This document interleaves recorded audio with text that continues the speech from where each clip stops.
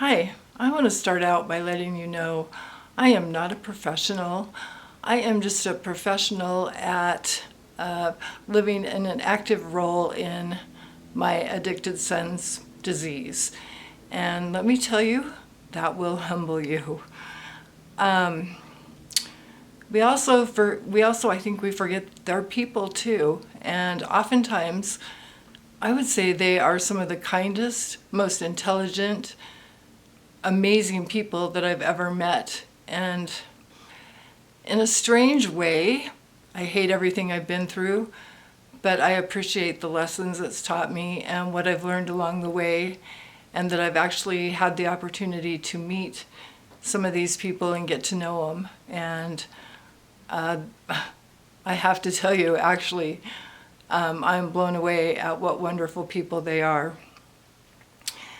You also always have to remember when you're arguing with an addict, you're arguing with the disease. You're arguing with an addiction. You're not actually arguing with the person.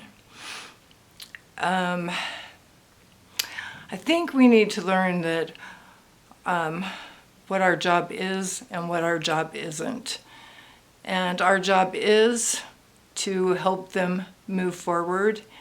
And our job isn't to put out all the fires and always make life easy for them.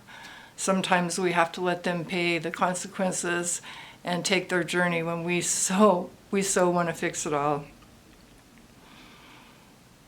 I know it's not easy, but I want to keep encouraging everybody to hold on to hope and prayer. I'm a big person on prayer. And I wanted to tell you just a little bit of my personal story and things that I have been thinking about. When I was 30 years old, my father had 2 heart transplants at the University of Utah, and he had 2 of them within 3 days of each other. And yes, it's a very long story. The first one was what they called a bad match, so they had to leave his chest open.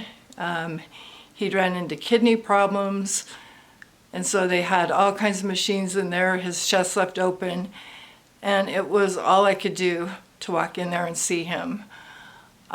We were called the second day and told that he was going to have to go back into surgery, and it was risky, but he was going to die if they didn't. Well, when they got in there, they realized that the heart just wasn't going to work, and so he was on a heart machine, but it was still like with his chest open, and we were told that his organs were shutting down and that he wasn't going to make it. Now, we'd been told that many times, but this is the University of Utah, and so there was lots of praying. I'll never forget, I asked where the chapel was, and just going in there and praying and pleading with God not to take my dad. Now, I'm not saying my prayer had anything to do with it, but I would say my prayer was answered, and I know there were many people in the churches in Utah and in Boise that were keeping my dad in their prayers. They lived in an apartment down there. They'd kept their house in Boise, but they had an apartment there. And my dad went through a lot. And it finally came down to the point where they said, just take him home, see if he does better.